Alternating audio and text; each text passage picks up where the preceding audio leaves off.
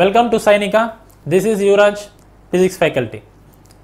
ఈ క్లాస్లో మనం జనరల్ సైన్స్కి సంబంధించి మీకు అందరికీ తెలుసు, జనరల్ సైన్స్లో మనకు చాలా సబ్జెక్ట్స్ అనేవి ఇంక్లూడ్ అయ్యి ఉంటాయి.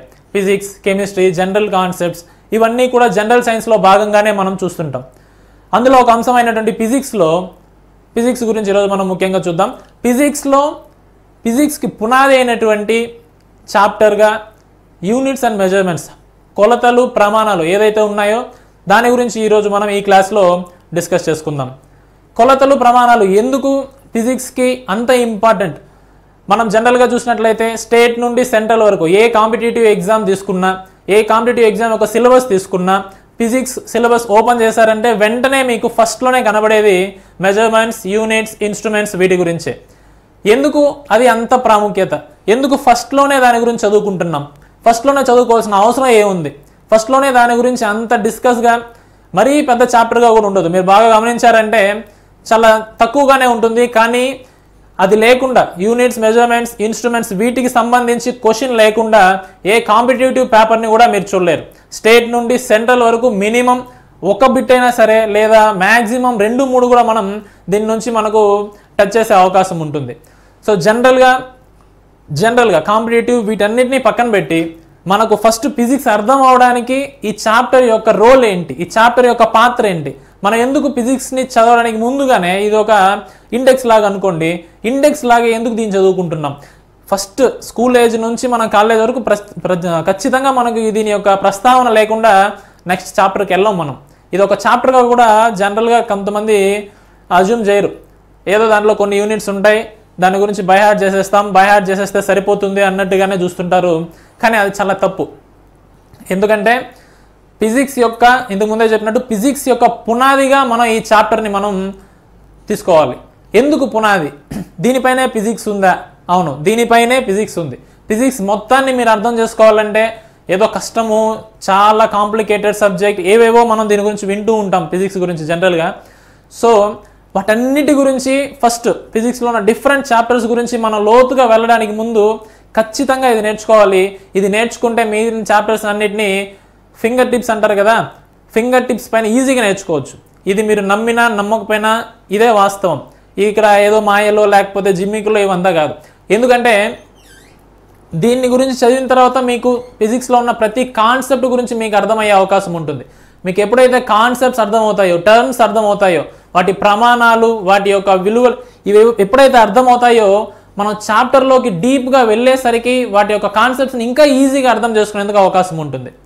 సరే ఏంటి సార్ ఇది నాకేం అర్థం కావట్లేదు, మీరు చాలా ఈజీ అంటున్నారు, ఇది ఎలా అయినా ఏంటి, యూనిట్స్ ఏంటి, మెజర్మెంట్స్ ఏంటి, దీంట్లో ఉన్నవేంటి, నార్మల్గా లెంత్ యూనిట్స్ ఏంటి, మాస్ యూనిట్స్ ఏంటి, ప్రమాణాలు ఏంటి, కొలతలు ఏంటి, ఇవే కదా మనం చదువుతాం. ఫిజిక్స్ని అంత ప్రభావితం చేసేస్తుందా? ఇది నేర్చేసుకుంటే ఫిజిక్స్ మొత్తం అంత ఈజీగా వచ్చేస్తుందా అంటే ఖచ్చితంగా అవును. చెప్పినట్లు ఒక ప్రాసెస్లో మనం దీని కానీ చదివినట్లయితే ఫిజిక్స్ని నిజంగానే ఫింగర్ టిప్స్ పైన మీరు పెట్టుకోవచ్చు. కొంచెం కష్టపడాలి, మ్యాజిక్లు జిమ్మిక్లు కావు, ఇదే వాస్తవం. సరే, మనం ఇందులో టాపిక్లోకి వెళ్దాం. మీకు అప్పటికి కొద్దిగా ఖచ్చితంగా మీకు నమ్మకం వచ్చేలాగా అర్థమవుతుంది. టాపిక్లోకి వెళ్దాం. ఫస్ట్ చాప్టర్ పేరేంటి? Measurements, units, measuring instruments. 3 ఉన్నాయి ఇక్కడ. మెజర్మెంట్స్ అందరికీ తెలుసు, కొలతలు. యూనిట్స్, ప్రమాణాలు. మెజరింగ్ ఇన్స్ట్రుమెంట్స్ అంటే సాధనాలు. మనం కొలిచేదానికి సాధనాలు కావాలి. ఏ ఏ ప్రమాణాలు, ఏ యూనిట్స్, కొన్ని ఫిజికల్ క్వాంటిటీస్ ఉన్నాయి, భౌతిక రాశులు. వాటిని ఏ విధంగా కొలుస్తాం? ఒక్కొక్క దానికి ఒక్కొక్క సాధనం అవసరం.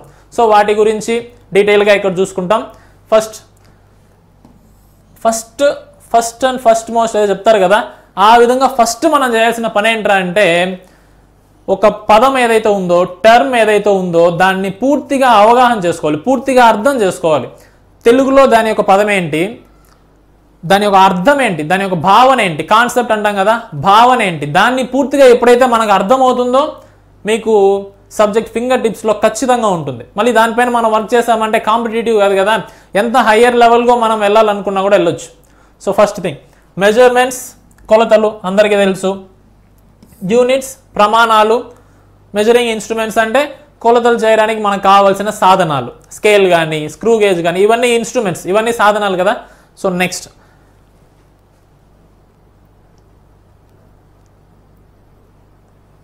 ఒక సెకండ్ చూడండి, మనం ఫిజిక్స్ చదువుకుంటున్నాం. ఫిజిక్స్లో ఫిజికల్ క్వాంటిటీ, ఫిజికల్ క్వాంటిటీస్, భౌతిక రాశులు అనే పదాలు మనం వింటూ ఉంటాం.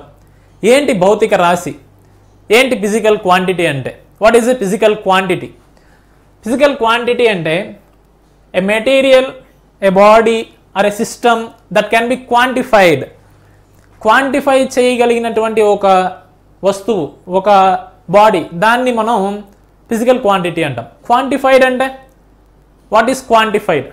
ఫర్ ఎగ్జాంపుల్ ఇక్కడ మీకు అర్థమయ్యే విధంగా చాలా సింపుల్గా తీసుకుందాం. ఒక లాస్ట్ ఇయర్ అంతకుముందు ఎప్పుడో తీసుకుంటే మనకు ఒక 2 సినిమాలు వచ్చినాయి అనుకుందాం. మనం కొట్టుకుంటాం కదా సోషల్ మీడియాలోనూ, పక్కింటి వాళ్ళతోనూ, ఫ్రెండ్స్తోనూ, అందరితో మా హీరో గొప్ప, మీ హీరో గొప్ప అని. అలా కొట్టుకునే క్రమంలో ఫర్ ఎగ్జాంపుల్ ఒక 2 సినిమాలు తీసుకుందాం. ఆర్ఆర్ఆర్, పుష్ప అని తీసుకుందాం. ఆర్ఆర్ఆర్ కానీ పుష్ప కానీ.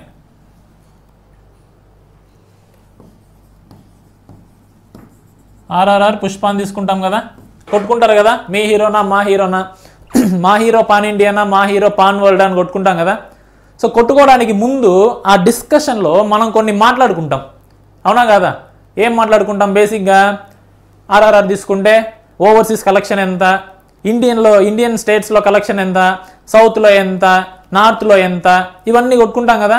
At the same time Pushpa గురించి చెప్పేటప్పుడు కూడా ఇండియాలో కలెక్షన్ ఎంత, బయట కలెక్షన్ ఎంత, మనకు ఒక నంబర్ అనేది అవసరం అవుతుంది కదా.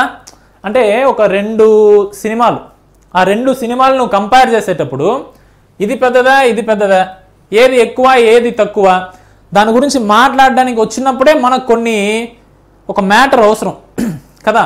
మ్యాక్సిమం దాని గురించి మనం నంబర్స్ మాట్లాడతాం. వాటి యొక్క అంకెల్, ఇది 1000 crore కలెక్ట్ చేసింది, ఇది 500 crore కలెక్ట్ చేసింది. సో అవునా, మనం కంపేర్ చేయాలంటే, దాని గురించి మాట్లాడాలంటే దాన్ని ముందు దాని యొక్క క్యాలిబర్ ఏంది, దాని మెజర్మెంట్ ఏంది మనకు ఖచ్చితంగా తెలియాలి. ఇప్పుడు అంతే కదా, ఒక స్కేల్, చిన్న స్కేల్, ఇంకోటి పెద్దది. చిన్నది పెద్దది అని ఎలా చెప్తాం? First we should measure it కదా. దాన్ని మనం కొలత వేయాలి. ఒక్కోదాన్ని ఒక్కోలా కొలతేస్తాం. సినిమాని మనం కొలతేస్తామా? కొలతేయలేం. కలెక్షన్లో మనకు తెలుస్తుంది, పర్ఫార్మెన్స్లో అవన్నీ వేరే.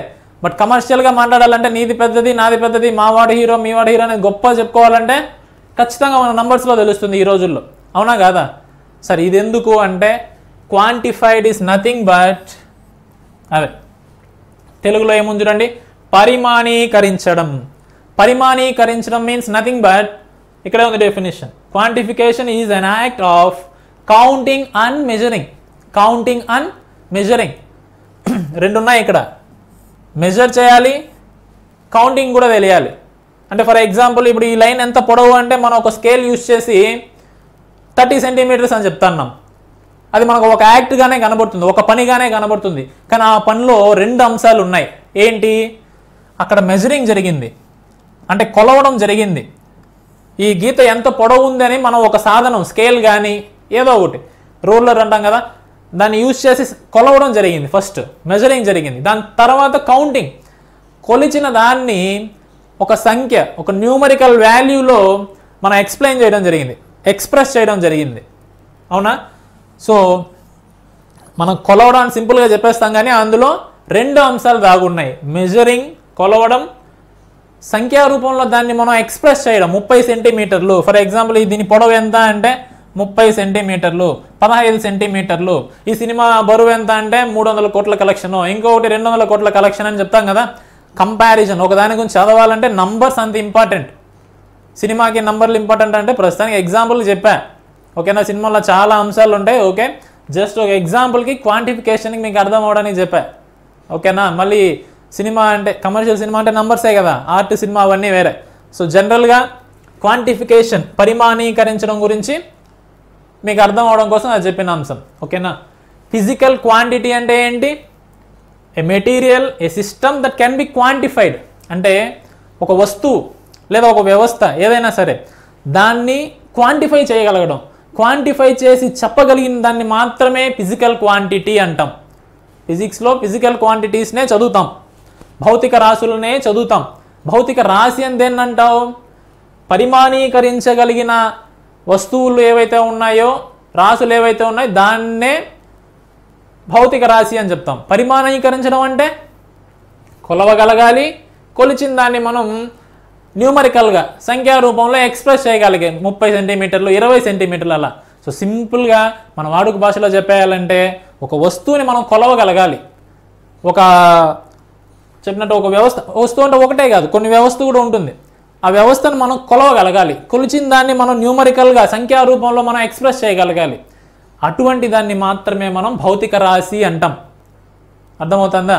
భౌతిక రాశి అనడానికి 2 ఫిల్టర్లు ఉన్నాయి. ఓకేనా? ఏంటది? మెజరింగ్ ఒకటి, కౌంటింగ్ ఒకటి. కొలవగలగాలి, కొలిచిన దాన్ని సంఖ్యా రూపంలో చెప్పగలగాలి. అప్పుడే కదా ఆర్ఆర్ఆర్ పెద్దదా పుష్ప పెద్దదా అని కొట్టుకోవడానికి అవకాశం ఉంటుంది. అదేవిధంగానే ఇక్కడ కూడా మనం ఒకదాన్ని చదవాలంటే అవి 2 అవసరం. ఓకేనా? దాన్ని మనం తెలుగులో పరిమాణీకరించడం అంటాం. Quantification is the base of scientific knowledge and experience. ఇప్పుడు అంతే కదా, గోల్డ్ ఉంది, అది ఒక మెటల్, ఒక ఒక ఒక ఒక వస్తువు, ఒక బాడీ. కెమిస్ట్రీలోకి వద్దు, మెటల్ అన్న నాన్ మెటల్ అన్నట్టు కాదు, ఫిజిక్స్లో తీసుకుందాం. ఫిజికల్ క్వాంటిటీ అది ఒకటి కదా, భౌతిక రాశి. దాని బరువు ఎంత, దాని సాంద్రత ఎంత, అవునా? ఇవన్నీ మనం మెజర్ చేస్తాం. అవన్నీ మెజర్ చేయగలిగినప్పుడు మాత్రమే అది ఫిజికల్ క్వాంటిటీ, భౌతిక రాశి అనబడుతుంది. అది లేనప్పుడు అది భౌతిక రాశి కాదు. మెదడు, శరీరం, ఇవన్నిటిని మనం మెజర్ చేయగలం, కొలవగలం. అట్ ద సేమ్ టైం దాని యొక్క బరువు కానీ సాంద్రత కానీ వీటన్నిటిని మనం ఎక్స్ప్రెస్ చేయగలం న్యూమరికల్గా సంఖ్యా రూపంలో. మనస్సు అంటాం, అవునా? ఆత్మ అంటాం, అవునా? మన సినిమాటిక్ డైలాగ్స్లో చాలా చెప్పుకుంటాం కదా. వాటన్నిటిని మనం ఇక్కడ కొలవగలమా?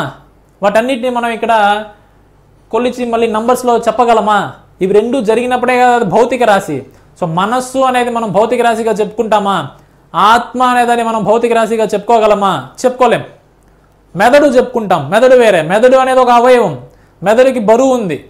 మెదడు గురించి మనం నేర్చుకోవడానికి చదవడానికి చాలా ఉన్నాయి కదా. మెదడు అనేది ఒక భౌతిక రాశి. ఆత్మ, మనసు అనేటివి భౌతిక రాశులు కావు. ఇప్పుడు అర్థమైంది అనుకుంటాను. భౌతిక రాశి అని దేన్ని అంటాము? భౌతిక రాశి అని దేన్ని అనాలి? ఏదైతే పరిమాణీకరించగలమో అది మాత్రమే భౌతిక రాశి.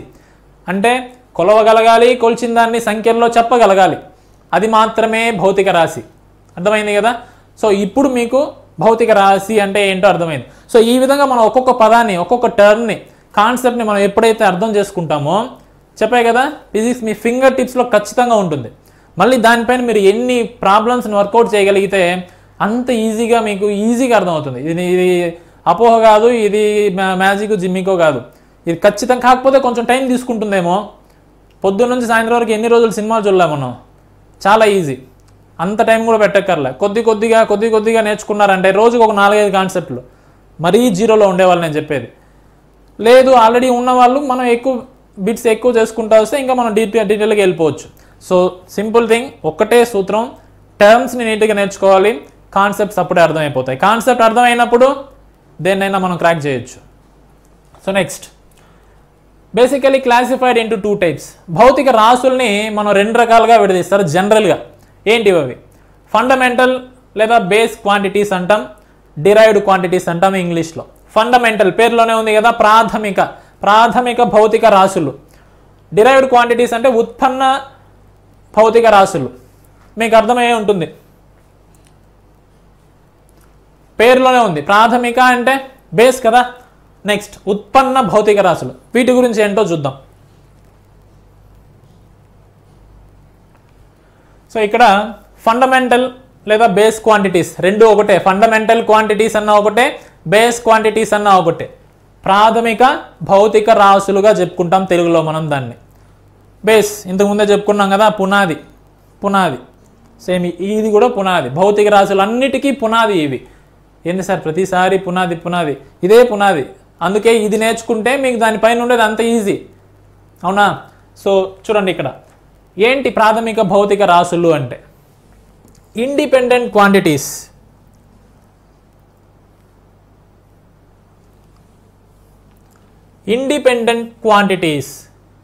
ఈ భౌతిక రాశులు ఇండిపెండెంట్గా ఉంటాయి, ఒకదానిపైన డిపెండ్ అయ్యేటివి కావు. అదేంటి సార్ డిపెండ్ అయ్యేది? మనం ఒక పని చేసేటప్పుడు ఆ పనిని మనం స్ట్రైట్గా చేయలేం. ఫర్ ఎగ్జాంపుల్, కూరగాయలు తీసుకురావాలి, మార్కెట్కి వెళ్ళి కూరగాయలు తీసుకురావడమే పని. ఇంటి నుండి మార్కెట్కి వెళ్ళి కూరగాయలు తీసుకురావడం అనే ఒక పనిలో ఎన్ని పనులు ఉంటాయి? బ్యాగ్ ఒకటి తీసుకోవాలి, ఇంటి నుంచి బయట వెళ్ళేటప్పుడు చెప్పులు వేసుకోవాలి, ఇంటి నుంచి మార్కెట్కి వెళ్ళడానికి దూరాన్ని బట్టి బైకా సైకిలా బస్సా అనేది మళ్ళీ దాన్ని ఎక్కాలి. అవునా? ఆ వెహికల్లో మళ్ళీ కొంచెం దూరం వెళ్ళాలి, అక్కడ దిగి మళ్ళీ వాళ్ళతో బేరసారాలు ఆడాలి, మళ్ళీ అక్కడ కూరగాయలు తీసుకుంటాం, మళ్ళీ అక్కడ నుంచి ఇంటికి వస్తాం. అవునా? బేసిక్గా మనం చెప్పే పని మార్కెట్కి వెళ్ళి కూరగాయలు తెచ్చాను అంటాం. మార్కెట్కి వెళ్ళి కూరగాయలు తెచ్చే దాంట్లో సబ్ డివిజనల్గా ఎన్ని పనులు ఉన్నాయి? ఇక్కడ చాలా ఉన్నాయి. ఫర్ ఎగ్జాంపుల్ నేను 10ంటికంతా వెళ్ళేసి కూరగాయలు తెచ్చేస్తానని 9ంటికి బయలుదేరా ఇంట్లో, 1 గంటలో వెళ్ళి వచ్చేయచ్చు అని. దగ్గరే ఒక 250 మీటర్స్ లేదా 1/2 కిలోమీటర్ అనుకుందాం, ట్రాఫిక్ ఉంటుంది. 1/2 కిలోమీటరు ఆటో ఉంటుంది టౌన్లో, ఆటో ఎక్కి వెళ్ళి వచ్చేస్తాను కదా, పెద్ద కష్టం కాదు. నడిచెళ్ళొచ్చు కదా అని ఇట్లంతా చెప్పకూడదు, ఆటోనే ఎక్కుతా నేను. ఆటో ఎక్కేటప్పుడు 1/2 అవర్ కదా, నేను షాపింగ్ ఒక 30 మినిట్స్ చేస్తా, వెళ్ళి రావడానికి ఒక 15 మినిట్స్. అవునా? 1 అవర్ టైం ఇది. నేను మళ్ళీ 10ంటికి బయలుదేరి 10:30 షోకి వెళ్ళాలి, సినిమాకి వెళ్ళాలి. 10:45 వద్దండి, 10:30కే షో. సో ఇప్పుడు 1 అవర్లో మనం ఇప్పుడు నా టైం ఇది పర్ఫెక్ట్గా ఫిక్స్ చేసుకున్నా. నేను బయట వస్తా, 15 నిమిషాల్లో ఆటో ఎక్కితే 10 నిమిషాల్లో మార్కెట్లో ఉంటా, మళ్ళీ ఒక అరగంట నేను 30 మినిట్స్లో కూరగాయలు కొంటా, మళ్ళీ ఒక 15 నిమిషాల్లో మళ్ళీ రిటర్న్ అయిపోతా. 1 అవర్ పర్ఫెక్ట్గా ప్లాన్ చేసుకున్నా. ఇది ఒక పని. ప్లాన్ చేసుకుని బయట రాగానే అక్కడ ఏం జరిగింది? ట్రాఫిక్ ఫుల్గా స్తంభించింది. ఏదో ఒక యాక్టర్ వచ్చాడో లేదా ఏదో ఒక సంథింగ్ ఒక ఈవెంట్ జరుగుతుందో ట్రాఫిక్ మొత్తం జామ్ అయిపోయింది. ట్రాఫిక్ ఎప్పుడైతే జామ్ అయిందో వాకబుల్ డిస్టెన్స్ అయినప్పటికీను ఒక ఆటో కాదు కదా, నడవడానికి కూడా అంత ఇబ్బంది అయిపోయింది. ఆటో రాలే. అవునా? ఆటో రానప్పుడు నేను వెళ్ళడమే లేట్. మళ్ళీ కూరగాయల దగ్గర అక్కడ ఏదో సంథింగ్ లేట్ అయింది, మళ్ళీ అక్కడ లేట్ అయింది, మళ్ళీ రిటర్న్ వచ్చేది కూడా లేట్. సో ఇప్పుడు నేను ఒక పని కూరగాయలు కొని తేవడం అనే ఒక పని నా ఒక్కడి మీదే డిపెండ్ అవ్వలే, మధ్యలో ఆటో వాడి మీద డిపెండ్ అయ్యింది, కూరగాయలు అమ్మే వాళ్ళ మీద డిపెండ్ అయ్యింది, మళ్ళీ తిరిగి వచ్చేటప్పుడు ఒక దారి ఉంది, ఆ దారిలో ఏం జరుగుతుంది, వీటన్నిటిపైన వేరియబుల్స్ కదా, వీటన్నిటిపైన డిపెండ్ అయ్యింది. సో ఒక పని కేవలం ఒక పనిగా జరగదు, ఒక పని చుట్టూ కొన్ని చిన్న చిన్న పనులు జరుగుతాయి. అవునా కాదా? సింపుల్గా ఒక పని అలా వెళ్ళి అలా వచ్చేయడం అన్నా కూడా దాంట్లో అన్ని దాగున్నాయి. సో అదే విధంగానే ఇక్కడ కూడా మన ఫిజిక్స్లో కేవలం ఒక భౌతిక రాశి లేదా ఒక పని డీటెయిల్గా వెళ్ళేటప్పుడు మీకు ఇంకా అర్థమవుతుంది. ప్రస్తుతానికి నేను ఇక్కడ చెప్తున్నది ప్రాథమిక భౌతిక రాశులు. ఎందుకు ప్రాథమిక భౌతిక రాశులకి ఎగ్జాంపుల్ అంటే ఒక పని చేయడానికి నువ్వు మధ్యలో అన్ని పనులు చేయాల్సి వచ్చింది. ఫర్ ఎగ్జాంపుల్ ఇప్పుడు ఒక ఎగ్జాంపుల్ చూడండి.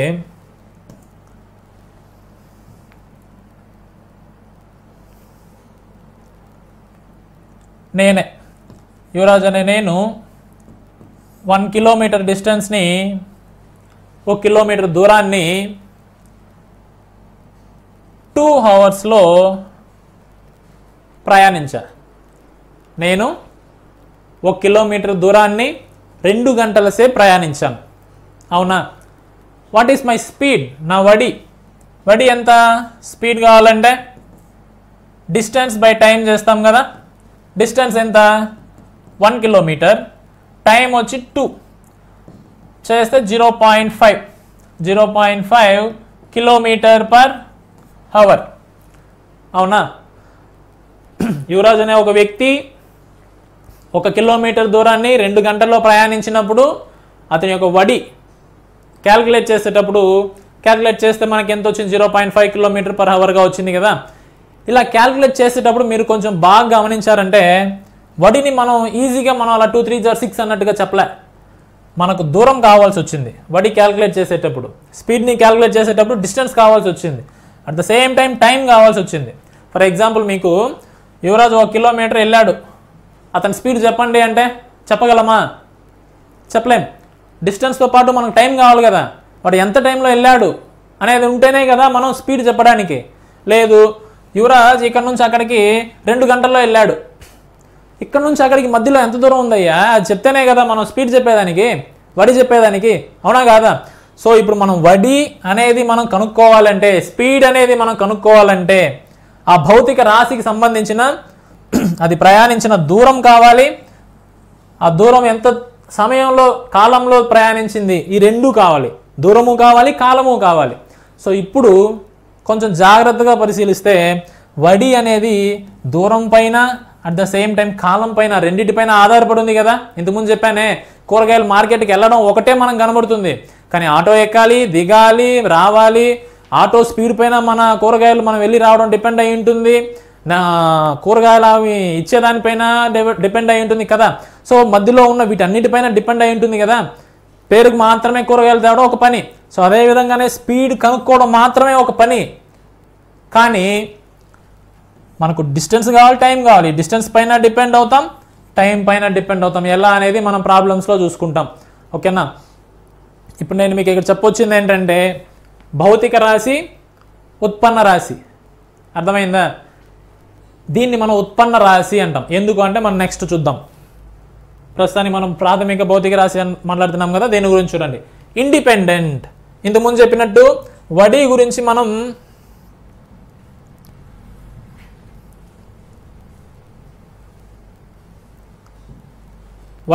మాట్లాడుకుంటే దూరము కాలం పైన డిపెండ్ అయిందని చెప్పుకున్నాం కదా. అట్లా ఒకదానిపైన డిపెండ్ కాకుండా, ఒకదానిపైన ఆధారపడకుండా ఏవైతే ఉన్నాయో వాటినే మనం ప్రాథమిక భౌతిక రాశులు అని చెప్తాం. ఇప్పుడు వడి రెండింటిపైన డిపెండ్ అయింది కదా, డిస్టెన్స్, టైం పైన. ఇది ప్రాథమిక భౌతిక రాశి అనబడుతుందా అంటే ఇది ప్రాథమిక భౌతిక రాశి కాదు. అవునా? ఎందుకు? ఇది రెండింటిపైన డిపెండ్ అయింది, ఇక్కడ ఆధారపడింది. అలా కాకుండా ఇండిపెండెంట్గా ఏ రాశులైతే ఉంటాయో అవే ప్రాథమిక భౌతిక రాశులు. అవేంటివి సార్ అలాంటివి ఉన్నాయా అంటే, ఇంత పెద్ద ఫిజిక్స్ ఎన్ని చదివినా, ఎంత లోపలికి వెళ్ళినా ప్రాథమిక భౌతిక రాశులు కరెక్ట్గా చెప్పాలంటే 7.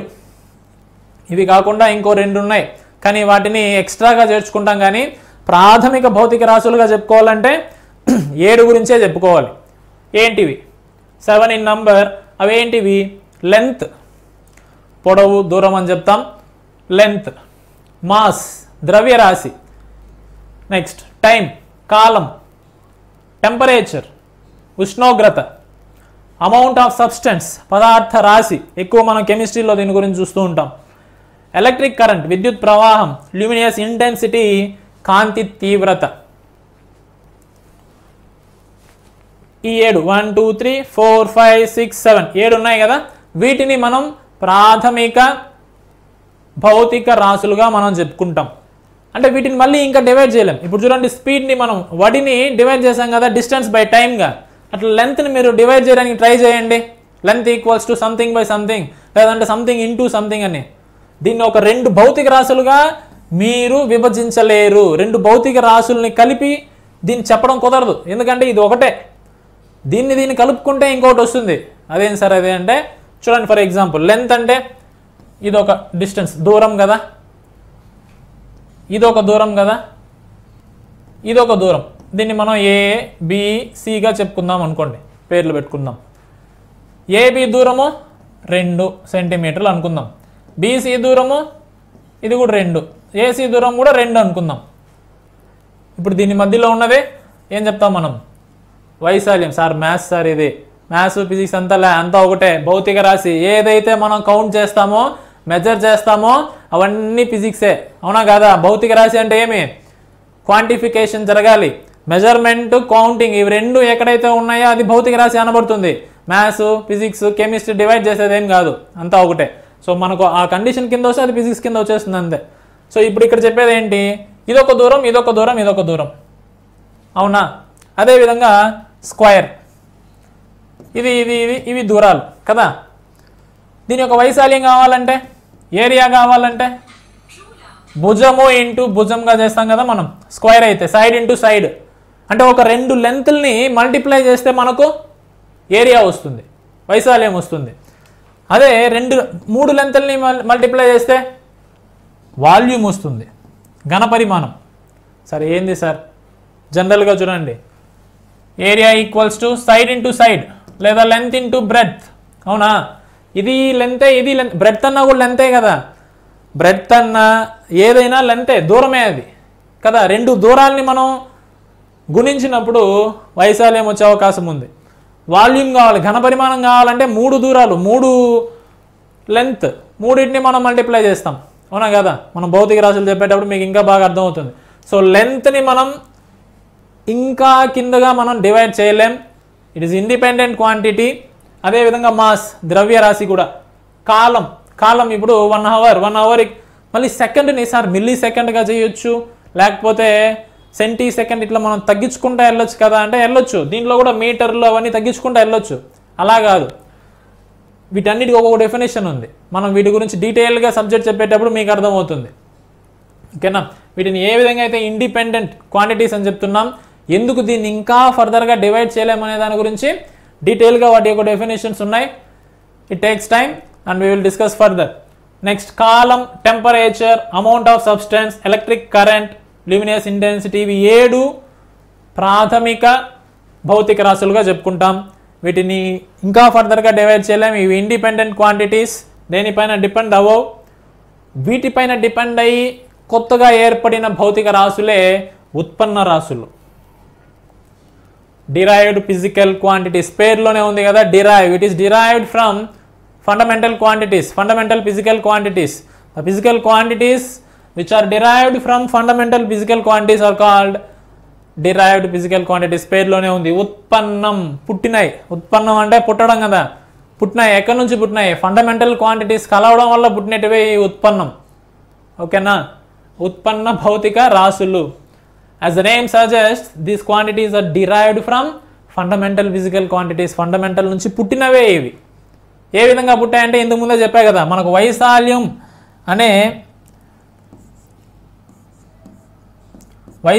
అనే ఉత్పన్న భౌతిక రాశి కావాలంటే 2 లెంత్ ఇంటూ బ్రెడ్త్, 2 దూరాలు గుణించాలి. అంటే ఇదొక ప్రాథమిక రాశి, ఇదొక ప్రాథమిక రాశి కదా, 2 కలిసినప్పుడే వైశాల్యం అనేది వస్తుంది. ఘన పరిమాణం కావాలంటే 3 దూరాలు LBH అని చెప్పుకుంటాం. 3 దూరాలు, ఆ 3 దూరాల గుణకారంతో ఉత్పన్నమైందే ఘన పరిమాణం. సో ఉత్పన్న భౌతిక రాశి అంటే ప్రాథమిక భౌతిక రాశుల కలయిక. అది గుణకారం కావచ్చు, భాగహారం కావచ్చు. అడిషన్ సబ్ట్రాక్షన్ లెక్క రాదు. అడిషన్ సబ్ట్రాక్షన్ వచ్చి నార్మల్ ఫండమెంటల్ క్వాంటిటీగానే ఉంటుంది. 2 మీటర్లో 3 మీటర్లు పోతే, 3 మీటర్లో 2 మీటర్లు పోతే అంటే 1 మీటరే. సో అది ఫండమెంటలే. గుణకారం కానీ భాగహారం కానీ టు ద పవర్, ఇవన్నీ గుణకారం భాగహారం కింద వస్తుంది కదా. ఇలా చేసి, ఇది గుడ్డి గుర్తుగా చెప్పడం, ఇలా చెప్పకూడదు యాక్చువల్గా డెఫినేషన్, కానీ గుడ్డి గుర్తుగా చెప్పాలంటే ఫండమెంటల్ ఏంటి, డెరైవ్డ్ ఏంటి అంటే ఇలా గుణకారం చేసినప్పుడు, భాగహారం చేసినప్పుడు అది ఫండమెంటల్ కాదు, ఇంకా ఉత్పన్న భౌతిక రాశి అయిపోతుంది. ఇంతకుముందు చెప్పినట్లు స్పీడ్ కావాలంటే మనం ఏం చేస్తాం, డిస్టెన్స్ బై టైం భాగహారం చేస్తాం. అప్పుడు స్పీడ్ ఇంకా అవి 2 చేస్తే, ఆ రెండింటిని భాగహారం చేస్తే వచ్చిన భౌతిక రాశి ఏమి? స్పీడ్ కదా, వడి కదా. ఆ వడి ఇంకా ప్రాథమిక అని చెప్పుకోకూడదు. ఆ వడి ఏమైపోతుంది? ఉత్పన్నం అయిపోయింది. ఎందుకు? 2 కలయికతో వచ్చింది కాబట్టి. అదేవిధంగా ఇక్కడ LNB కలయికతో వచ్చింది కాబట్టి ఏరియా వైశాల్యం ఉత్పన్నం అయిపోతుంది. 3 కలయికతో వచ్చింది కాబట్టి వాల్యూమ్ ఉత్పన్నం అయిపోతుంది. చిన్న గుడ్డి గుర్తు చెప్పండి సార్ అంటే, ఈ విధంగా ఒక ఫార్ములాలో మల్టిప్లికేషన్ డివిజన్ కనపడిందంటే మనం ఏదైతే కనుక్కుంటున్నామో ఆ టర్మ్ అది ఫండమెంటల్ కాదు, అది డిరైవ్డే అవుతుంది. అంతే, simple. That ends the matter. Next same ఇక్కడ వైశాల్యము ఘన పరిమాణం గురించి మీకు అందుకనే చెప్పాను. Next speed is a derived quantity. ఎందుకు? డిస్టెన్స్ బై టైం చేస్తాం కాబట్టి. సో ఈ రెండింటిని కలయికతో వచ్చింది కాబట్టి స్పీడ్ వచ్చింది. అప్పుడు ఈ స్పీడ్ ఏమవుతుంది? ఫండమెంటల్ కాదు, డిరైవ్డ్, ఉత్పన్నం అవుతుంది. అదేవిధంగా యాక్సిలరేషన్ ఫార్ములా ఏంటి? ఫార్ములాస్ తెలిస్తే తెలిసిపోతాయి. అందుకే ఈ చాప్టర్ అంత ఇంపార్టెంట్. ఫార్ములాస్ యూనిట్స్ వచ్చిందా ఆడుకోవచ్చు ఇంకా. సో నెక్స్ట్ ఇక్కడ యాక్సిలరేషన్ చూడండి. యాక్సిలరేషన్ ఫార్ములా ఏంటి? వెలాసిటీ బై టైం కదా, వెలాసిటీ బై టైం. ఇంతకు ముందే చెప్పినట్టు ఒక 2 క్వాంటిటీస్ ఎప్పుడైతే గుణకారమో భాగహారమో చేస్తున్నామో అది చేసినప్పుడు వచ్చే క్వాంటిటీ. ఇక్కడ V/T చేస్తే మనకేం వస్తుంది? యాక్సిలరేషన్ వస్తుంది. సో యాక్సిలరేషన్ ఫండమెంటల్ క్వాంటిటీ అవుతుందా? కాదు, డిరైవ్డ్ క్వాంటిటీ అవుతుంది. ఎందుకంటే ఫార్ములా చూసే చెప్పేస్తాం మనం కదా, ఇంకేం అక్కర్లే. ఇంకా గుడ్డి గుర్తు అంటే మీరు ఆ 7 నేర్చుకుంటారు. లెంత్, మాస్, టైం, టెంపరేచర్, ఈ 7 క్వాంటిటీస్ ఏవైతే ఉన్నాయో అవి నేను చేసుకుంటారు. అవి కాకుండా ఇంకేం కనపడినా కళ్ళు మూసుకొని డిరైవ్డ్ క్వాంటిటీ అని చెప్పవచ్చు. ఓకేనా? సో ఇట్లా acceleration is derived quantity from velocity and time. Velocity, time ఆ రెండింటి యొక్క ఉత్పన్నంతో వచ్చింది యాక్సిలరేషన్ కాబట్టి అది కూడా ఉత్పన్న భౌతిక రాశి అనిపించుకుంటుంది. నెక్స్ట్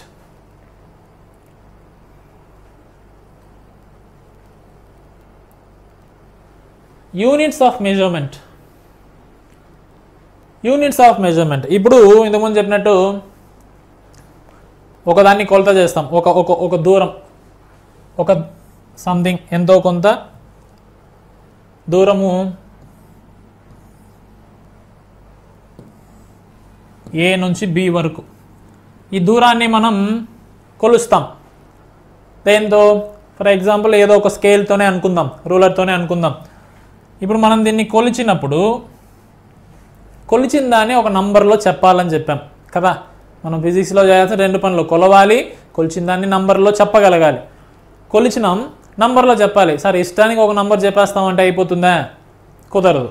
ఎందుకు? దానికి ఒక అథెంటిసిటీ ఉండాలి, విశ్వసనీయత ఉండాలి, ప్రమాణం ఉండాలి. ప్రమాణం అంటే యూనిట్ అని కాదు, ఒక స్టాండర్డ్ ఉండాలి. అవునా కాదా? మా ఊర్లో ఒక చిన్న 1 kg రాయిని తీసుకోపోయి మా 10 kgల రాయి ఉంది మా ఊర్లో, పక్క ఊర్లో పోయి చెప్పేదానికి అవుతుందా? అంటే ఒక మిస్క్యాల్కులేషన్స్ అవుతుంది కదా. గొప్పలు చెప్పుకోవడం ఇవన్నీ కంపారిజన్ కోసమే ఇదంతా స్టడీ చేసేది. కంపేర్ చేసేటప్పుడు ఒక స్టాండర్డ్ ఉండాలి కదా. స్టాండర్డ్ ఉన్నప్పుడే కదా, అవునా కాదా? క్రికెట్ ఆడేటప్పుడు చాలా ఘోరం కంపేర్ చేస్తారు బ్యాట్స్మెన్ని. ఓపెనింగ్ బ్యాట్స్మెన్ని మనం మిడిల్ ఆర్డర్ బ్యాట్స్మెన్ని కంపేర్ చేసేదానికి అవుతుందా? సిచ్యువేషన్లు మారిపోతాయి. అవునా?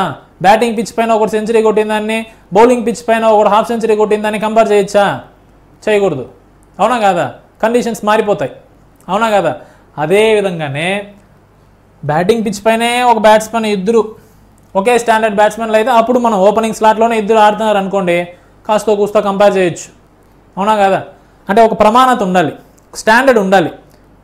బ్యాటింగ్ పిచ్ పైన ఇద్దరు ఓపెనర్లే ఎంతసేపు అన్నారనే దాన్ని బట్టి మనకు అర్థమవుతుంది. ఒక బ్యాటింగ్ పిచ్ ఒక బౌలింగ్ పిచ్ దాన్ని కంపేర్ చేసేదానికి కుదరదు. అంటే ఒక ఇద్దరిని కంపేర్ చేయాలంటే మనం ఒక ప్రమాణతని ఒకటి పెట్టుకోవాలి. ఆ ప్రమాణత పైన వాళ్ళని కంపేర్ చేయడానికి మనకు జస్టిఫికేషన్ అనేది జరుగుతుంది. లేదంటే అక్కడ జస్టిఫికేషన్ ఉండదు. జస్టిఫికేషన్ లేనప్పుడు శాస్త్రీయత ఉండదు. శాస్త్రీయత ఉంటేనే కదా ఒక శాస్త్రం. శాస్త్రాలే కదా ఇవన్నీ, సైన్స్, శాస్త్రం.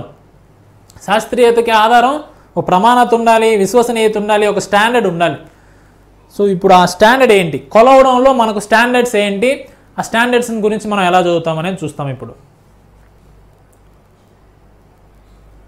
యూనిట్స్ ఆఫ్ మెజర్మెంట్ కంపేర్ చేయడంలో ఒక ప్రమాణత కోసం ఏం చేస్తున్నాం, దీనికోసం ఏం జరిగింది అనేది చూసుకుంటే, a definite magnitude of a quantity, నిర్దిష్ట పరిమాణం, defined and adapted by the convention or by law.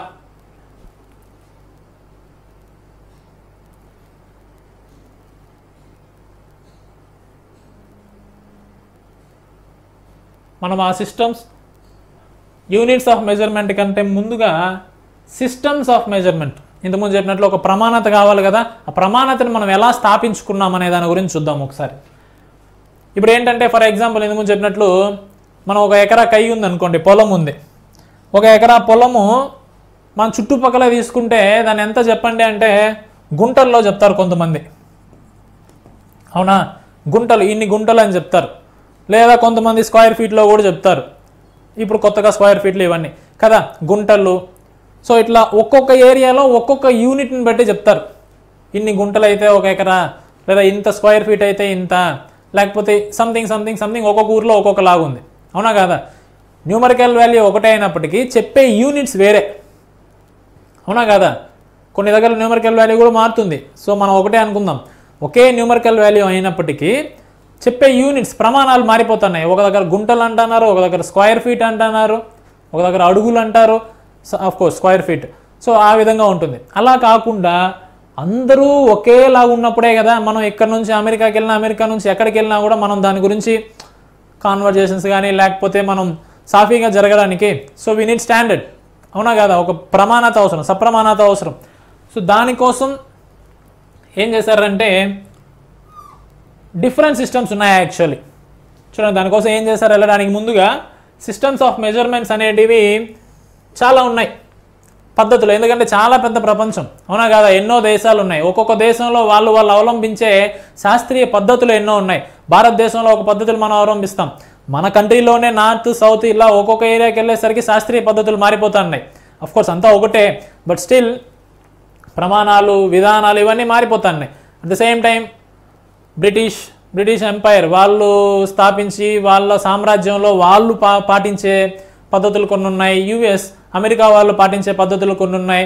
So ఇట్లా సిస్టమ్స్ ఆఫ్ మెజర్మెంట్ కొలిచే పద్ధతులు ఒక్కొక్క దేశంలో ఒక్కొక్కలాగా ఉన్నాయి.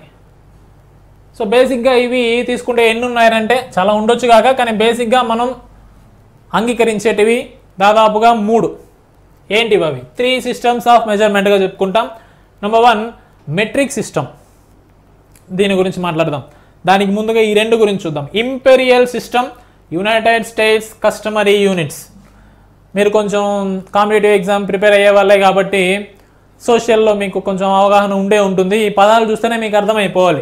ఇంపీరియల్ సిస్టమ్ అంటేనే బ్రిటిష్ కామన్వెల్త్, బ్రిటిష్ ఏదైతే వాళ్ళ పరిపాలనలో వాళ్ళ సామ్రాజ్యం ఏదైతే ఉందో అక్కడంతా ఏం చేశారంటే వాళ్ళు అవలంబించే పద్ధతులు ఏవైతే ఉన్నాయో, వాళ్ళు కొలిచే పద్ధతులు ఏవైతే ఉన్నాయో వాటినే అక్కడ కూడా ఫాలో చేశారు. అక్కడ కూడా వాళ్ళని అదే విధంగా తయారు చేశారనమాట. కామన్వెల్త్ మీకు ఈ పదం తెలిసే ఉంటుంది. So at the same time United states customary units, same US వాళ్ళ పద్ధతుల్ని వాళ్ళ ఏరియాలో వాళ్ళ సామ్రాజ్యంలో వాళ్ళు అవలంబించేదానికి చూసారనమాట. సో ఇక్కడ ఇవన్నీ ఉన్నాయి. అట్ ద సేమ్ టైం ఇక్కడ మెయిన్గా మనం ఇక్కడ చెప్పుకుంటా అన్నది metric system, current international standard. మనం ఏదైతే చెప్పాం కదా ఇంతకుముందు, ఒక ఊర్లో ఎకరా ఎంత అంటే ఇన్ని గుంటలు అంటాడు, ఒక ఊర్లో ఇన్ని స్క్వేర్ ఫీట్ అంటాడు, ఈ విధంగా ఉంటుంది. కాబట్టి మనకు ఒక స్టాండర్డ్ కావాలి. కాబట్టి ఆ స్టాండర్డ్ కోసం మనం ఏం చేశారంటే ఇక్కడ సేమ్ అదే విధంగానే బ్రిటిష్ వాడేమో మా పద్ధతి అంటాడు, వాడు ఇప్పుడు పౌండ్ ఉంది, మనం కిలోగ్రామ్ అంటాం, గ్రామ్ అంటాం, కిలోగ్రామ్ అంటాం. బ్రిటిష్ వాళ్ళు పౌండ్ అంటారు, అవునా? సో డిఫరెంట్ యూనిట్స్ ఉన్నాయి. మనకు ఇప్పుడు మళ్ళీ దాన్ని మనం మార్చుకునేదానికి కుదరదు, అవునా కదా? మనం కూర్చొని మళ్ళీ లెక్కలేసుకుంటామా? అట్లా కాకుండా ఒక ప్లాట్ఫామ్ ఒకటి వచ్చేస్తుంది. ఇప్పుడు వరల్డ్ హ్యాస్ బికమ్ ఒక సింగిల్ ప్లాట్ఫామ్ అయిపోయింది. ఇక్కడ నుంచి మనం ఏదన్నా ఎక్కడైనా వాణిజ్యం చేస్తాం, ఎక్కడైనా ఏమన్నా చేయగలం. సో కదా ఒక సింగిల్ ప్లాట్ఫామ్ అయినప్పుడు అన్నింటినీ కూడా స్టాండర్డైజ్ చేయాల్సిన అవసరం ఉంది కదా. అందుకోసమే ఇదంతా. ఎందుకంటే సిమిలారిటీస్ అన్నీ ఆ సిమిలారిటీస్ అన్నీ ఒకే విధంగా ఉండడానికి, కనీసం యూనిట్స్ ఇలాంటి వాటిలో.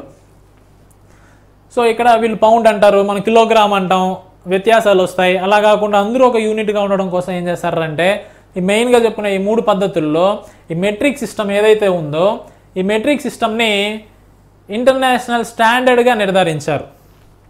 ఇంటర్నేషనల్ స్టాండర్డ్, అంతర్జాతీయ ప్రమాణంగా మెట్రిక్ సిస్టమ్ని తీసుకోవడం జరిగింది. ఓకేనా? ఈ రెండింటికన్నా ఇవి కూడా ఉంటాయి, ఇవి లేకుండా దాని గురించి కొలిచేది లేదని కాదు. వాళ్ళ లొకాలిటీస్లో వాళ్ళు దాన్ని అవలంబిస్తూ ఉండొచ్చును. కానీ ఇంటర్నేషనల్ స్టాండర్డ్ గురించి చెప్పేటప్పుడు మాత్రం మెట్రిక్ సిస్టమ్నే యూజ్ చేసుకుంటాం. ఓకేనా? Metric systems of units were adapted in France 1791. మొట్టమొదటిసారిగా ఈ మెట్రిక్ వ్యవస్థని ఎక్కడ అడాప్ట్ చేసుకున్నారు, ఎక్కడ తీసుకోవడం జరిగిందిరా అంటే ఫ్రాన్స్ 1791, 18వ శతాబ్దంలోనే జరిగింది. సో నెక్స్ట్, సో ఇది సిస్టమ్స్ ఆఫ్ మెజర్మెంట్స్ గురించి, కొలిచే పద్ధతుల గురించి. ఒక్కో దేశంలో ఒకలాగా ఉంటుంది, బ్రిటిష్ సామ్రాజ్యంలో ఒకలాగా ఉంది, యుఎస్లో వాళ్ళు చేసే విధంగా వాళ్ళు కొన్ని పద్ధతులు, వాళ్ళ ప్రమాణాలు కొన్ని విధంగా ఉన్నాయి. అట్లా కాకుండా అందరం ఒక అంతర్జాతీయ స్థాయిలో అంతర్జాతీయంగా ఒక ప్లాట్ఫామ్ అనేది సింగిల్ ప్లాట్ఫామ్గా ఉండాలనే ఒక సంకల్పంతో ఏం చేశారు, మెట్రిక్ సిస్టమ్ని ఇంటర్నేషనల్ స్టాండర్డ్గా తీసుకున్నారు. ఆ మెట్రిక్ సిస్టమ్ ఎప్పుడు అడాప్ట్ చేసుకున్నారంటే 1791లో ఫ్రాన్స్లో అడాప్ట్ చేసుకోవడం జరిగింది. ఇది మనం గుర్తుపెట్టుకోవాల్సింది. సో ఇప్పుడు మనం ఇప్పటి వరకు మనం ఏం తెలుసుకున్నాం, ఫిజికల్ క్వాంటిటీ అంటే ఏంటో తెలుసుకున్నాం. అందులో ఉన్న 2 టైప్స్ ఏవైతే ఉన్నాయో, fundamental physical quantities, derived physical quantities. భౌతిక రాశుల్లో 2 రకాలు. ఏవి? ప్రాథమిక భౌతిక రాశి, ఉత్పన్న భౌతిక రాశి. వీటి రెండింటి గురించి చదువుకున్నాం. నెక్స్ట్ మెజర్మెంట్ గురించి వచ్చాం. మెజర్మెంట్ పద్ధతులు, కొలతల పద్ధతుల గురించి చూసాం. ఇందులో 3 పద్ధతులు బేసిక్గా చెప్పుకుంటా అన్నాం. ఆ 3 పద్ధతులు ఏవి? బ్రిటిష్ వాళ్ళది ఒకటి, ఇంపెరియల్ అని చెప్పుకుంటాం. రెండవది వచ్చి యుఎస్ స్టేట్స్ కస్టమరీ యూనిట్స్, ఇది ఒకటి. మెయిన్గా అంతర్జాతీయంగా ప్రామాణికతగా మనం యూజ్ చేసేది ఏంటి? Metric system. సో ఈ 3 వ్యవస్థలు. ఆ మెట్రిక్ సిస్టమ్ ఎప్పుడు మనం అడాప్ట్ చేసుకున్నామంటే 1791, తూకీగా ఇది. Next systems of units. Systems of units కంటే ముందు యూనిట్ అంటే ఏంటి, ప్రమాణం అంటే ఏంటి? ప్రమాణాలు అంటాం కదా, యూనిట్స్ అంటే ఏంటి, ప్రమాణాలు అంటే ఫస్ట్ ఎగ్జాంపుల్కి వెళ్దాం. ఆర్ఆర్ఆర్ పుష్పాన, సచిన సేవాగ, కోహ్లీనా రోహిత్, మళ్ళీ సచిన కోహ్లీనా కంపేర్ చేసుకోవాలి. మనకు నంబర్స్ కావాలి, అవునా కదా? సచిన్ ఎన్ని సెంచరీలు, కోహ్లీ ఎన్ని, రోహిత్ ఎన్ని, రోహిత్ స్ట్రైక్ రేట్ ఎంత, కోహ్లీ స్ట్రైక్ రేట్ ఎంత, వాడి యావరేజ్ ఎంత, వీడి యావరేజ్ ఎంత, అవునా కదా? ఆయన ఎన్ని సిక్స్లు కొట్టినాడు, ఈయన ఎన్ని సిక్స్లు కొట్టినాడు. సో ఇవన్నీ మనకు అవసరం. ఒకరిని మనం కంపేర్ చేయాలి, ఒకరిని మనం స్టడీ చేయాలంటే ఇన్ని నంబర్స్ మనకు అవసరం అవుతుంది, అవునా కాదా? ఆ నంబర్స్ని ఇంతకుముందే చెప్పినట్లు 2 మెజర్మెంట్ అండ్ కౌంట్ చేసిన తర్వాత మనం దాన్ని చెప్పాలంటే చెప్పడానికి మనకు ఒక మ్యాగ్నిట్యూడ్, ఈ పదం గుర్తుపెట్టుకోవాలి. మ్యాగ్నిట్యూడ్, ఫిజికల్ క్వాంటిటీ అని ఒకటి చెప్పుకున్నాం కదా. భౌతిక రాశి అంటే ఏమి? కొలవగలగాలి, కొలిచిన దాన్ని మనం న్యూమరికల్గా ఎక్స్ప్రెస్ చేయగలగాలి. న్యూమరికల్గా మనం ఎక్స్ప్రెస్ చేసే సంఖ్యా రూపకంగా మనం వ్యక్తపరిచే ఆ సంఖ్యనే మనం ఏమంటారు అంటే మ్యాగ్నిట్యూడ్ అంటారు. ఇంగ్లీష్లో ఏమంటారు? మ్యాగ్నిట్యూడ్. ఏంటి సార్ మ్యాగ్నిట్యూడ్ అంటే? For example the distance between A and B, AB అనే ఒక 2 బిందువుల మధ్య దూరం ఒక 10 సెంటీమీటర్లు ఉందనుకుందాం. 10 సెంటీమీటర్లు ఉంటే ఈ 10 అనేదాన్ని మనం మ్యాగ్నిట్యూడ్ అంటాము. సంఖ్యా రూపంలో ఏదైతే చెప్తున్నామో 10 సంఖ్యా రూపంలో ఏదైతే చెప్తున్నామో దాన్ని మనం మ్యాగ్నిట్యూడ్, నిర్దిష్ట పరిమాణం, ఒక నంబర్ చెప్పాలి కదా, ఖచ్చితమైన నంబరు, దాన్నే మనం మ్యాగ్నిట్యూడ్ అంటాం. దాని పక్కనే యూనిట్ ఉంది, సెంటీమీటర్ అని. దీన్ని మనం ప్రమాణం అని చెప్తాం, అవునా కదా? ప్రమాణం కదా సెంటీమీటర్ అనేది. ఎప్పుడైతే ఒక సంఖ్య ఒక ప్రమాణం 2 కలిసిందో ఇలా ఒకదాన్ని ఎక్స్ప్రెస్ చేసినప్పుడు దేని గురించి ఎక్స్ప్రెస్ చేస్తుంటారు వాళ్ళు? ఒక భౌతిక రాశి గురించి ఎక్స్ప్రెస్ చేస్తుంటారు, అవునా కదా? ఎందుకో ఒక భౌతిక రాశి గురించి చెప్పాలంటే కౌంటింగ్ ఉండాలి, మెజర్మెంట్ చేసిన తర్వాత దాని యూనిట్ 2 ఉండాలి కదా. మ్యాగ్నిట్యూడ్, యూనిట్ 2 ఎప్పుడైతే ఉందో అది ఒక భౌతిక రాశి. ఇక్కడ ఏం భౌతిక రాశి? దూరం, ఏబి మధ్య దూరం కదా. సో దూరం అనేది ఒక భౌతిక రాశి. ఎలా చెప్తావు అంటే దూరాన్ని మనం కొలిచిన తర్వాత ఒక సంఖ్య రూపంలో ఒక మ్యాగ్నిట్యూడ్తోనూ చెప్పగలం, ద సేమ్ టైం ఒక యూనిట్ని యూజ్ చేసుకొని చెప్తున్నాం. సో ఇవన్నీ వెనక నుంచి రావడం, అర్థమవుతుందా? సో బ్లైండ్గా గుర్తుపెట్టుకోవడం. ఏదైతే ఒక సంఖ్య, ఫర్ ఎగ్జాంపుల్ ఇప్పుడు చెప్తాను చూడండి, ఒక క్వశ్చన్ వచ్చింది, లెట్ ఇట్ బి. ఇది ఏ స్టాండర్డ్ అని కాదు, జనరల్గా కింద స్థాయి వాళ్ళకు కూడా అర్థమయ్యే విధంగా ఒక ఎగ్జాంపుల్. 10 అనేసి ఒక నంబర్ మాత్రమే ఇచ్చారు, ఒక భౌతిక రాశిని తెలుపుతుంది, ఇది ఒక సంఖ్య మాత్రమే, లేకపోతే సంథింగ్ ఇట్లా ఏది కాదు అనేసి ఉంది. ఇది ఒక భౌతిక రాశిని తెలుపుతుంది అని మనం చెప్పగలమా? చెప్పకూడదు. ఎందుకు? ఇది కేవలం నంబర్ మాత్రమే ఉంది, సంఖ్య మాత్రమే ఉంది. 10 మీటర్లు, ఇది ఒక భౌతిక రాశిని తెలుపుతుంది, ఒక సంఖ్యను తెలుపుతుంది, పైవేది కాదని చెప్తే ఇది ఒక భౌతిక రాశిని తెలుపుతుంది ఖచ్చితంగా, అవునా కాదా? దీనికి తేడా ఏమి? పక్కన ప్రమాణం లేదు, సంఖ్య మాత్రమే ఉంది. ఒక ప్రమాణం మాత్రమే ఉంటే సంఖ్య కూడా ఉండాలి, అవునా కదా? సంఖ్య ప్రమాణం 2 ఉన్నప్పుడే అది భౌతిక రాశిని తెలుపుతుంది. సంఖ్య మాత్రమే, సంఖ్యనో అంకెనో 2 ఉంటే ఏదో ఒకటే ఉన్నప్పుడు అది భౌతిక రాశిని తెలుపదు. Okay, next units of measurement. A definite magnitude of a quantity. ఒక భౌతిక రాశి గురించి ఖచ్చితమైన నిర్దిష్టమైన పరిమాణం, ఒక ఇంతకుముందు చెప్పినట్టు ఒక నంబర్ ఖచ్చితంగా చెప్పగలగాలి. Defined and adapted by the convention or by the law. ఈ యూనిట్స్ ఇంతకుముందు చెప్పినట్లు ఒక సెంటీమీటర్ అంటే ఎంత? 10 మిల్లీమీటర్లు. ఒక మిల్లీమీటర్ అంటే ఎంత? మళ్ళీ దాని కిందకి ఇంకా డీప్గా వెళ్తే ఎంత? ఒక్కొక్క ఊర్లో ఒక్కొక్కటి చెప్తారు. మా ఊర్లో ఇది 1 సెంటీమీటర్ అంటే, మా ఊర్లో ఇది 1 సెంటీమీటర్ అంటే అని చెప్తారు. అవుతుందా? అట్లంతా చెప్పేదానికి కుదరదు. 1 సెంటీమీటర్ అంటే ఎంత ఉండాలో ఏ ఊర్లో అయినా ఒకే విధంగానే ఉండాలి, అవునా కదా? అంతర్జాతీయంగా మనం ఎక్కడికి వెళ్ళినా 1 సెంటీమీటర్ ఎంత అంటే 1 సెంటీమీటరే. 10 మిల్లీమీటర్లు సార్, కానీ 1 మిల్లీమీటర్ మాత్రం ఇంత పొడవు సార్ మా ఊర్లో అనేది కుదరదు. మిల్లీమీటర్ కూడా ఎంత ఉందో అంతే ఉంటుంది. వీటన్నిటికీ పర్ఫెక్ట్ డెఫినేషన్స్ ఉన్నాయి.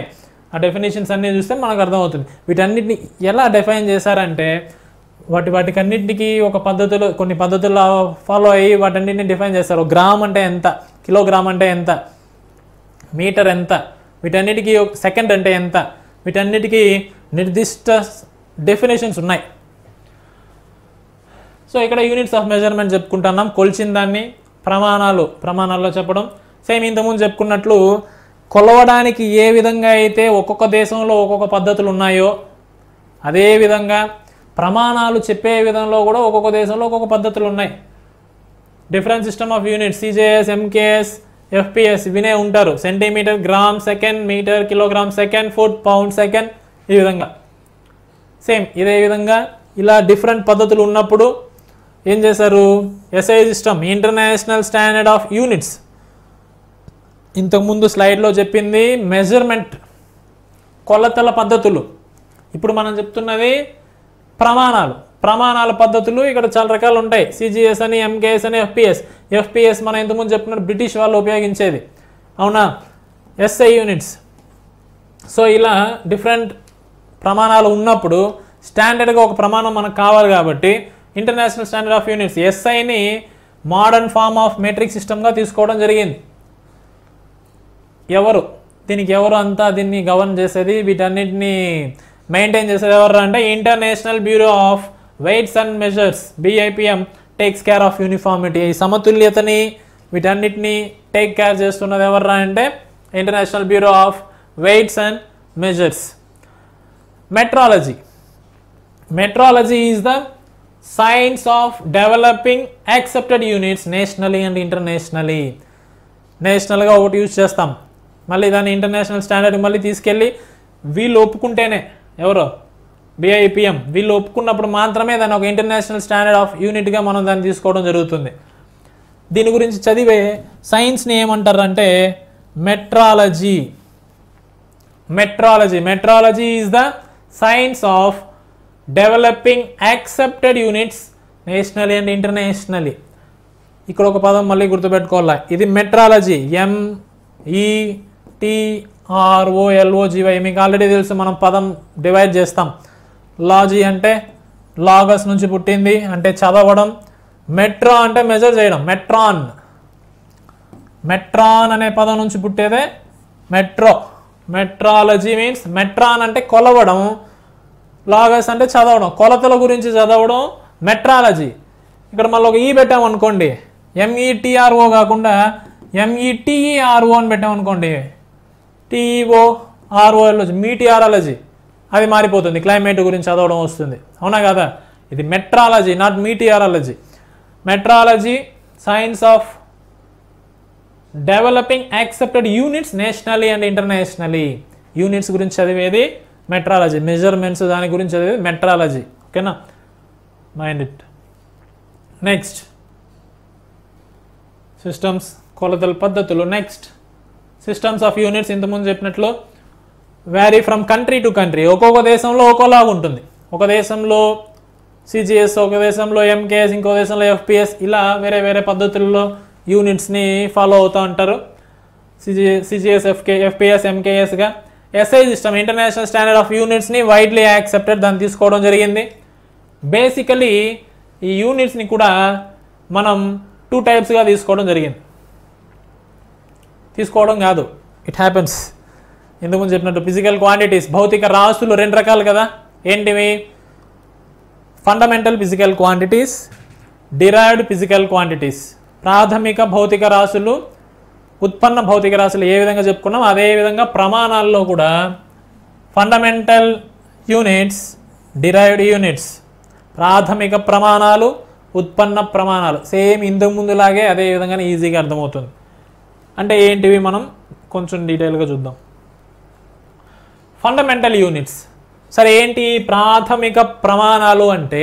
సింపుల్, మీకు ఇంతకుముందు ప్రాథమిక భౌతిక రాశులు చెప్పాం కదా, ఎన్ని అవి? 7. దేనిపైన డిపెండ్ కావు, అవే స్వతంత్రంగా ఉంటాయి, ఇండిపెండెంట్గా ఉంటాయి అని చెప్పుకున్నాం కదా. 7 స్వతంత్ర భౌతిక రాశులు ఏవైతే ఉన్నాయో ప్రాథమిక భౌతిక రాశులు. ఆ ప్రాథమిక భౌతిక రాశుల యొక్క ప్రమాణాలే ప్రాథమిక ప్రమాణాలు. అర్థమైందా? మన ఎస్ఐ సిస్టంలో తీసుకుందాం. ఇక్కడ 3 సిస్టమ్స్ ఉన్నాయి కదా. మనం ఎస్ఐ సిస్టమ్ తీసుకుంటాం. ప్రాథమిక ప్రమాణాలు అంటే ఏంటిది? సింపుల్, ప్రాథమిక భౌతిక రాశుల యొక్క ప్రమాణాలనే మనం ప్రాథమిక ప్రమాణాలు అంటాం. అదేవిధంగా ఉత్పన్న భౌతిక రాశుల యొక్క ప్రమాణాలే ఉత్పన్న ప్రమాణాలు. సింపుల్. అర్థమైందా? మన ప్రాథమిక భౌతిక రాశులు, ఉత్పన్న భౌతిక రాశులు అర్థమైందంటే అర్థమైనట్లే. ప్రాథమిక భౌతిక రాశులు ఎన్ని అని చెప్పుకున్నాం? 7 అని చెప్పుకున్నాం, అవునా? దూరం, ద్రవ్యరాశి, కాలం, ఉష్ణోగ్రత, పదార్థ రాశి, విద్యుత్ ప్రవాహం, కాంతి తీవ్రత, 3, 4, 5, 6, 7, 7. ఈ 7 ప్రాథమిక రాశుల యొక్క భౌతిక రాశుల యొక్క ప్రమాణాలే ప్రాథమిక ప్రమాణాలు. అవేంటివి? లెంత్కి ఏంటి? దూరం, మీటర్, ఎం, అవునా కదా? మాస్, కిలోగ్రామ్, టైం, సెకండ్, ఉష్ణోగ్రత, కెల్విన్, పదార్థ రాశి, మోల్, విద్యుత్ ప్రవాహం, యాంపియర్, కాంతి తీవ్రత, క్యాండెలా. ఓకేనా? ఇక్కడ గుర్తుంచుకోవాల్సింది ఏంటంటే, సార్ లెంత్ అన్నారు, మీటర్లోనే ఎందుకు చెప్పాలా? సెంటీమీటర్ కాదా? ద్రవ్యరాశి గ్రామ్ కాదా? టైం సెకండ్ ఎందుకు? గంటల్లో చెప్పొచ్చు కదా, హవర్స్లో. అంటే ఇది నేను తీసుకున్నది ఈ 7 యొక్క యూనిట్స్ ప్రమాణాలు ఏవైతే ఉన్నాయో అవి ఎస్ఐ సిస్టమ్.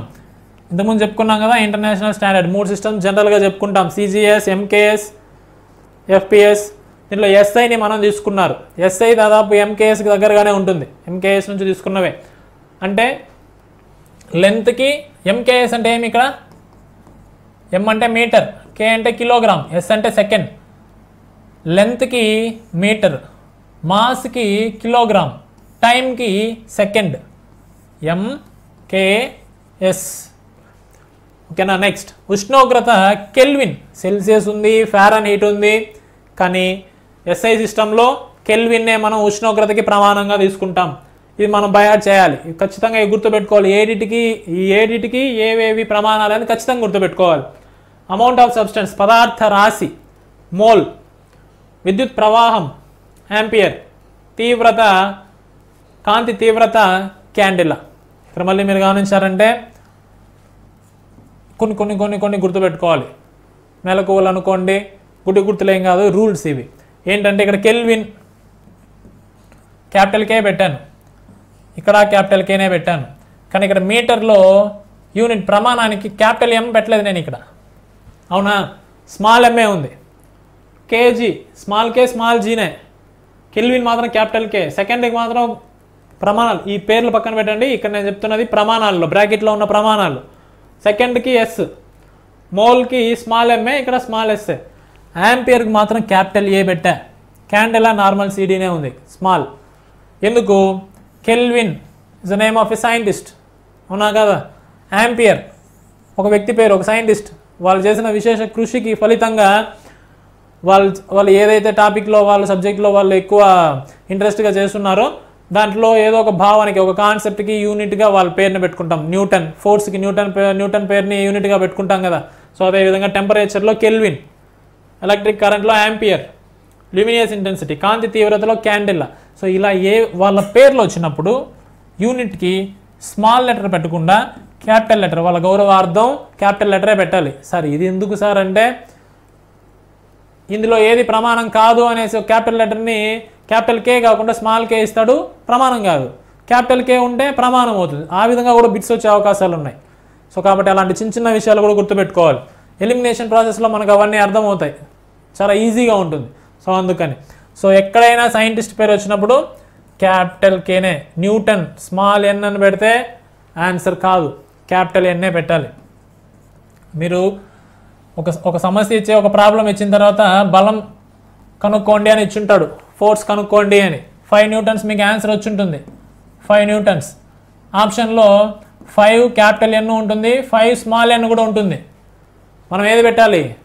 5 క్యాపిటల్ ఎన్ ఉండేదే పెట్టాలి. ఇదిగా మనకు ఫోర్స్కి యూనిట్గా తీసుకోబడుతుంది క్యాపిటల్ ఎన్ ఉన్నప్పుడే. స్మాల్ ఎన్ ఉన్నప్పుడు ఫోర్స్కి యూనిట్గా మనం తీసుకోకూడదు.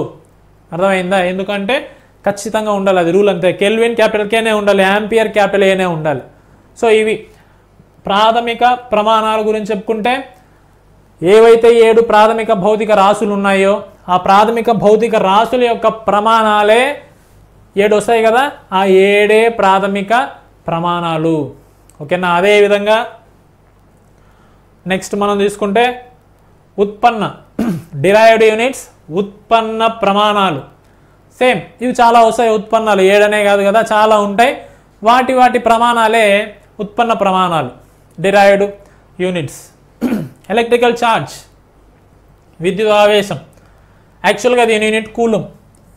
అంగీకరించబడినటువంటి ప్రమాణం ఏంటంటే కూలుం. సి.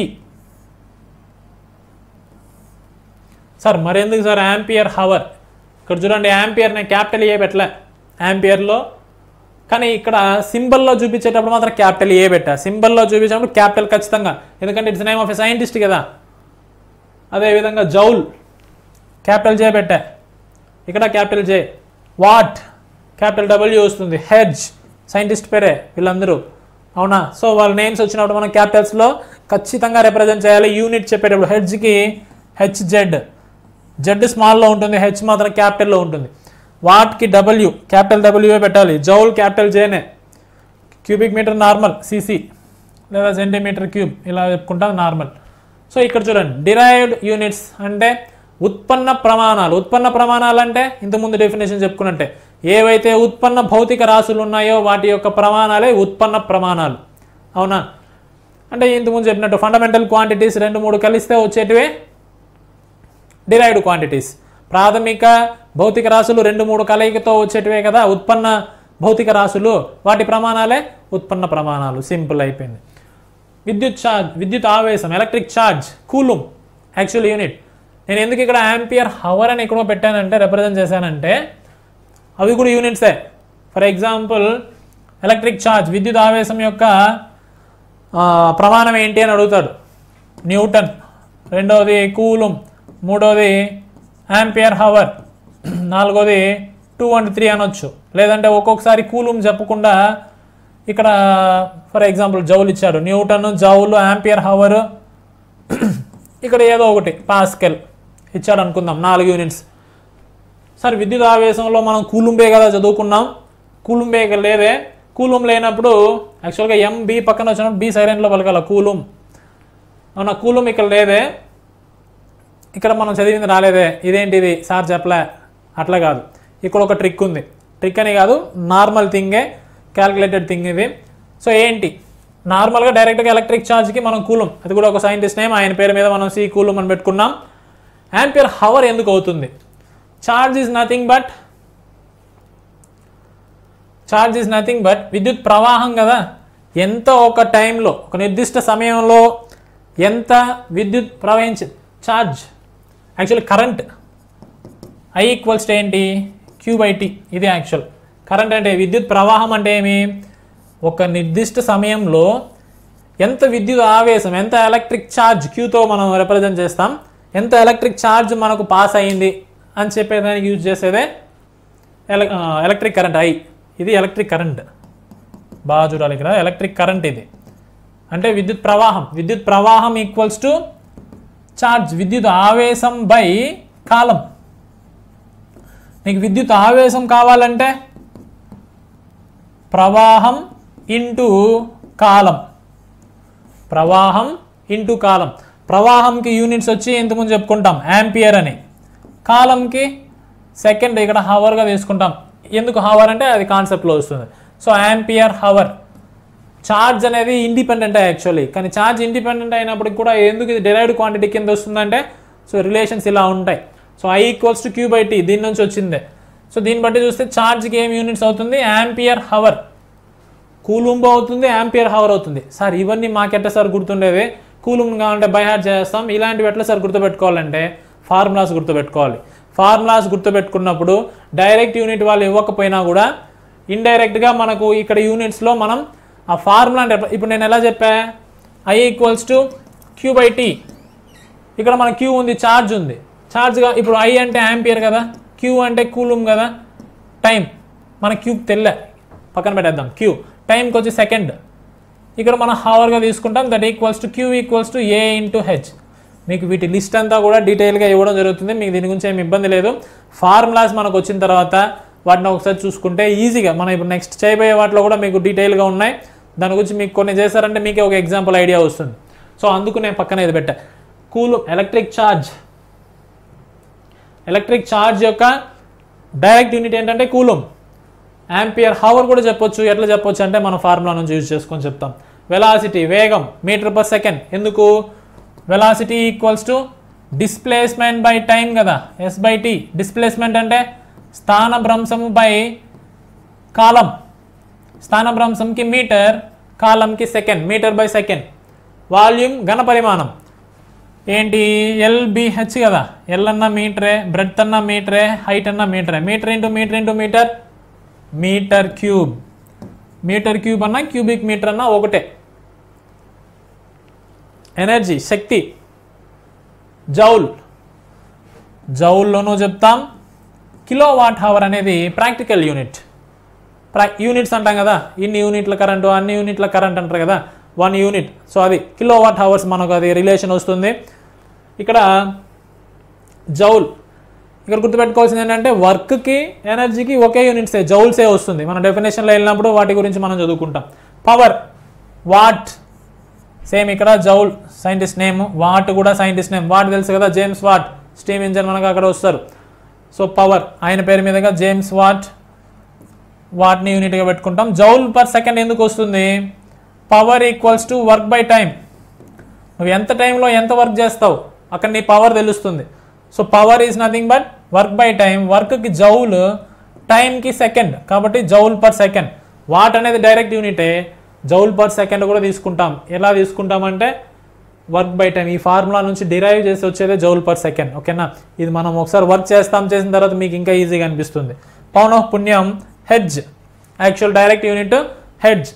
పర్ సెకండ్ కానీ కూడా చెప్పుకుంటాం. For example 2 per second, 3 per second, 4 per second. అదేంటి సార్ అంటే పౌనఃపున్యం బేసిక్గా మనం ఎక్కడ చెప్పుకుంటాం? సింపుల్గా మనం వేవ్స్లో చెప్పుకుంటాం. వేవ్స్లో తరంగ దైర్ఘ్యం, పౌనఃపున్యం ఇవన్నీ వస్తాయి. పౌనఃపున్యం ఏంటి? ఒక సెకండ్ కాలంలో ఎన్ని వేవ్స్ని ఒక పాయింట్ గుండా ఎన్ని వేవ్స్ అయితే పాస్ అవుతూ వెళ్తుందో మనం కౌంట్ చేస్తాం నంబర్ని. It's a number. అందుకే 2, 3 ఒక సెకండ్కి ఎన్ని అని చెప్తాం కాబట్టి పర్ సెకండ్. ఒక సెకండ్లో ఎన్ని వేవ్స్ అయితే ఫామ్ అయింది, లేదా ఎన్ని వేవ్స్ అయితే ఒక నిర్దిష్ట పాయింట్ నుంచి దాటుకుంటా వెళ్ళింది, అవి మన డెఫినేషన్స్లో వస్తాయి. సో ఇక్కడ జనరల్గా మీకు గుర్తుపెట్టుకోవడం కోసం ఒక తూకీగా చెప్పిన అంశం ఇది. సో వాటి యొక్క డైరెక్ట్ యూనిట్స్ ఉంటాయి. దీంట్లో నేను చెప్పొచ్చింది ఏంటి? డైరెక్ట్ యూనిట్స్ ఉంటాయి. అట్ ద సేమ్ టైమ్స్ ప్రమాణాలని క్యాల్కులేట్ చేయడం ద్వారా అక్కడ కూడా కొన్ని యూనిట్స్ వస్తాయి. జౌల్ పర్ సెకండ్ వచ్చినట్టు ఇక్కడ పర్ సెకండ్ వచ్చినట్లు. ఫ్రీక్వెన్సీకి హెడ్జ్ చెప్పొచ్చు, పర్ సెకండ్ చెప్పొచ్చు. పవర్కి వాటు చెప్పొచ్చు, జౌల్ పర్ సెకండ్ చెప్పొచ్చు. ఖచ్చితంగా అంటే ఫస్ట్ ఆప్షన్ వీటికే ఉంటుంది, కూలూమ్, జౌల్, వాట్. వాటి పక్కన ఉండేటివి కూడా తప్పు కావు. అవి దానిపైన మనం కొన్ని ప్రాబ్లమ్స్ చేస్తాం, మీకు అర్థమవుతుంది.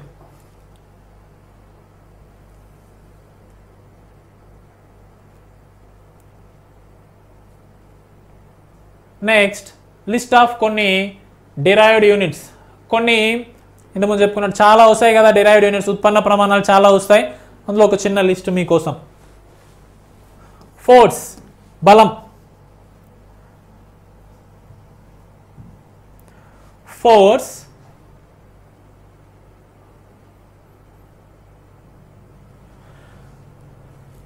బలం న్యూటన్ యూనిట్ దానిది, అవునా కదా? What is the unit of force అంటే కళ్ళు మూసుకొని చెప్తాం, న్యూటన్ అని క్యాపిటల్ ఎన్తో డినోట్ చేస్తాం.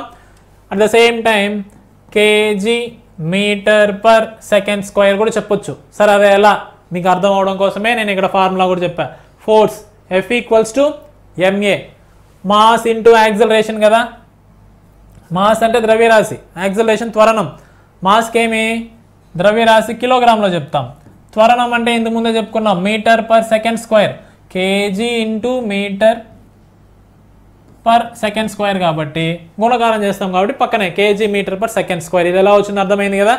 అదేవిధంగానే ప్రెషర్, పీడనం, పాస్కల్, ఇది కూడా సైంటిస్ట్ పేరే, Pascal, capital P small a గుర్తుపెట్టుకోవాలి. పాస్కల్ దీని యొక్క ప్రమాణం. కానీ at the same time force by area కదా, pressure equals to force by area, బలం బై వైశాల్యం. బలం ఏమి? Newton per metre square. Force ఏమి? న్యూటన్ కదా, ఫోర్స్కి యూనిట్స్. వైశాల్యంకి మీటర్ పర్ సెకండ్ స్క్వేర్ కదా. So force by metre square అన్నప్పుడు న్యూటన్ బై మీటర్ స్క్వేర్గా కూడా చెప్పొచ్చు. ఎనర్జీ జౌల్, ఇంతకుముందు చెప్పినట్టు ఎనర్జీకి వర్క్కి యూనిట్స్ జౌల్సే ఉంటుంది. పీటీ పవర్ ఇంటూ టైం, ఇంతకుముందు చెప్పినట్టు power equals to work by time కదా, వర్క్ కావాలంటే పవర్ ఇంటూ టైం, ఇక్కడ డివైడ్ చేసేది యువతలు వెళ్తే మల్టిప్లై చేస్తుంది కదా. So W equals to power into time, power అయినా వర్క్ వాట్ మనకేం కావాలి ఇక్కడ ఎనర్జీ. వర్క్ అండ్ ఎనర్జీ ఇంతకు ముందు చెప్పినట్టు సేమ్ ప్రమాణాలు సేమ్, కాబట్టి W equals to P into T, energy equals to కూడా పీ ఇంటూ టీ. పీ అంటే ఏమి ఇక్కడ పవర్. సో మనం ఇక్కడ ఎనర్జీ గురించి చూస్తున్నాం, పవర్ ఇంటూ టైం కాబట్టి పవర్ ఏమి ఇక్కడ పాస్కల్, టైం సెకండ్స్.